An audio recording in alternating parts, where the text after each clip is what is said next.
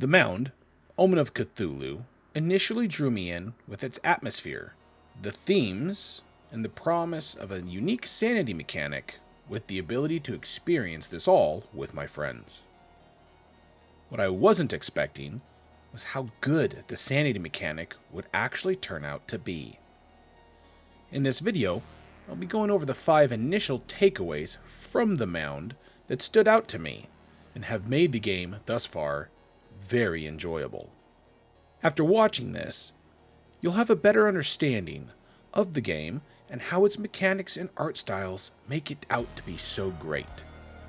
I'm Preacher from Preacher's Gaming, a longtime gamer, lover of all things Lovecraftian, and an avid horror buff. So join me as we dive into The Mound, Omen of Cthulhu. Chapter 1. The Lore. The creator of the Lovecraftian lore is one Howard Philip Lovecraft. Born in 1890 in Providence, Rhode Island, he was born to a society that had a reserved thought of what was allowed in writing in general, and also in horror writing, and thus the majority of his works were published in short story form in what was referred to as pulp magazines. Through developing in his life, he formed a group of pen pals, people he would write to, that then in turn started to contribute to the universe of his work. What amazes me is the fact that the concept of outright existential horror was penned from a society that was so reserved, yet produced something, in my opinion, that has yet to be outdone in all of our horror genres. The developers of The Mound follow this well by having things that influence your mind with little to no defense, creatures that can outright not be killed, only escaped, and most impressive of all, have made the environment itself an adversary by having it become progressively more difficult the more you disturb it. This is true to the lore, as it makes the player feel as though there is something overlooking everything they do. Waiting, watching. This reminds me of Lovecraft's overarching deity, Azathoth. Known as the symbol of primordial chaos, the demon sultan, and the entity that has dreamed our entire known universe into existence by taking a nap. Should he ever awake, we would be snapped out of existence. Brutal, right?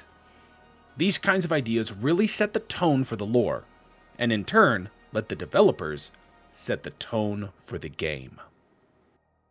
Chapter 2. The Atmosphere. As I stated previously, the atmosphere sets the tone for the setting, but also sets an idea in the back of the player's mind. I need to be quick. I need to be quiet, lest I wake the forest. Adding to that initial subconscious pressure, placed in all maps are effigies, statues to unknown, inhuman gods. And just by being near them, by looking at them, they influence your mind. I love this. In Lovecraft's lore, the idea of an effigy isn't just a statue. It's a representation of something utterly inhuman, and therefore, the sane human mind cannot fully comprehend it. Lucky for us, the people that carved them were never sane. Thus, these effigies take on a touch of the god that inspired them, and in doing so, that god's presence is able to touch your mind. Moving on from the effigies, we have the forest itself, which sets much of the tone for the players. There are cries in the distance, screams that may be real or maybe not. Bushes that rustle and move, at times with nothing. Other times, you'll see wildlife in them. And on other occasions, monsters spring forth. There are survivors that will signal to you. You'll hear a horn blowing in the distance. As you approach, you'll see them. They'll wave to you, letting you know that they're friendly. But wait, where did they just go? Even the trees themselves can be enemies. Growing tumors that erupt with infectious spores that create additional horror later, or lashing out with tendrils that are made from something not of this world. All of these things come together and beautifully set the tone for the atmosphere in the Mound. Chapter 3: Enemies. The design and pacing of the enemies was something that really made me enjoy the Mound.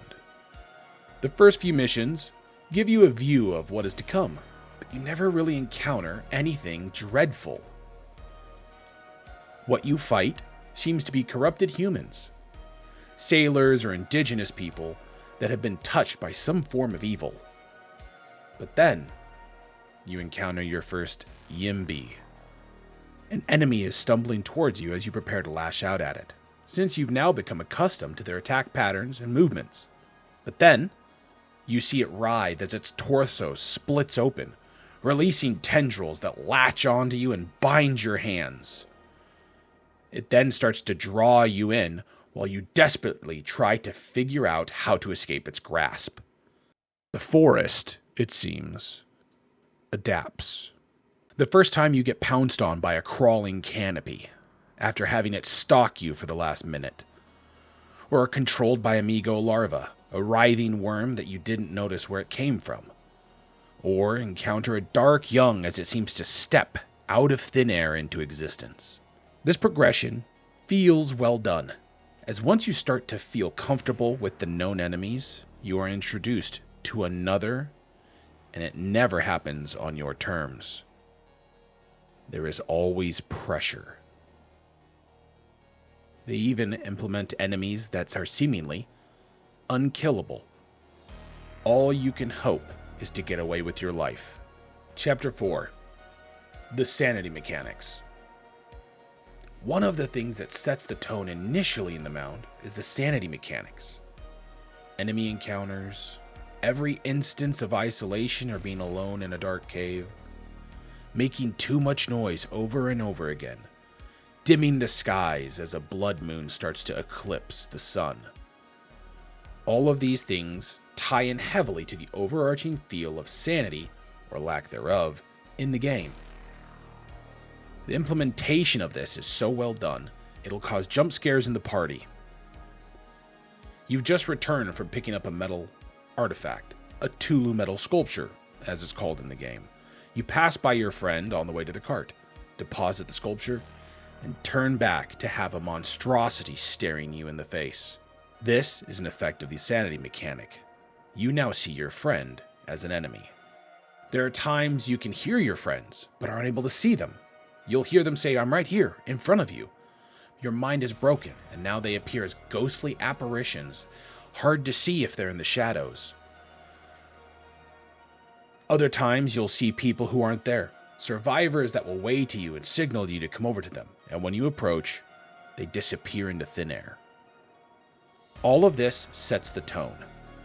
All of this makes you and your allies question what is real and what is a hallucination.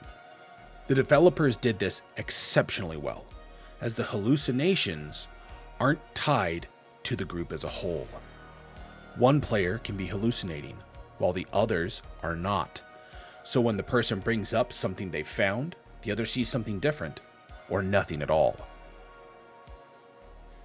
This also can take the form of a player seeing an enemy running closely behind a friend that they haven't noticed. They go to attack it, and as they swing, the entity disappears, having their attack hit their ally. All of this ties into the players questioning everything. It adds yet another layer to the subconscious stress that is the tone of gameplay for the Mound. Chapter 5: True to the original content. All of these previous chapters tie into my main takeaway from the game thus far. It being true to the original content of the mythos, that there are some things you can fight, some things you can only banish for a time, and things that you can only hope to survive with most of your sanity intact. This is done well, even when you are choosing to run from enemies rather than fight them. Your character has been given a stamina bar to block and run with. When you run out of the stamina while sprinting, you continue to run, but a slowed pace. What the developers did here was amazing. Your character will start breathing hard as they run out of stamina, and even harder as the enemy chasing you starts to close in. You'll hear it starting to close behind you, its screams and footsteps becoming louder, until finally it tries to grab you, and your character trips and stumbles. Now, the developers aren't cruel in this, making you unable to ever escape, but it makes it so that you must always have to choose. A little bit more of that pressure I talked about earlier. Is it one enemy tripping you up? Could you kill it quickly and continue running? Or do you risk continuing to just run and hope that there aren't 3 more waiting for you around the corner when it trips you again? It makes you have to decide when to run, when to fight, and if able, when to try and sneak. This compounds with all of the other mechanics to set a tone of dread for the players, one that can be on the back burner as you find cool new artifacts or unlock the next map, but it's always there, ready to turn the heat up when you're least expecting it. And that's what I meant by original lore setting the tone of the game. A constant, gnawing pressure that ebbs and flows with the combat, with isolation, with hallucinations, with the new horrors that continue to manifest before your very eyes. So overall, as of writing this, I am 45.5 hours into the Mound and loving every minute of it. I've had moments of exhilarating triumph and devastating defeat. The moments you have with strangers and friends alike will make you want to keep coming back for more. The developers are constantly taking fan feedback on improvements as well as bug fixes when they're found. One thing I would warn the developers against is trying to please every player want. They should be wary of making the game too easy, making the enemies not terrifying, and adding too much utility to too much equipment.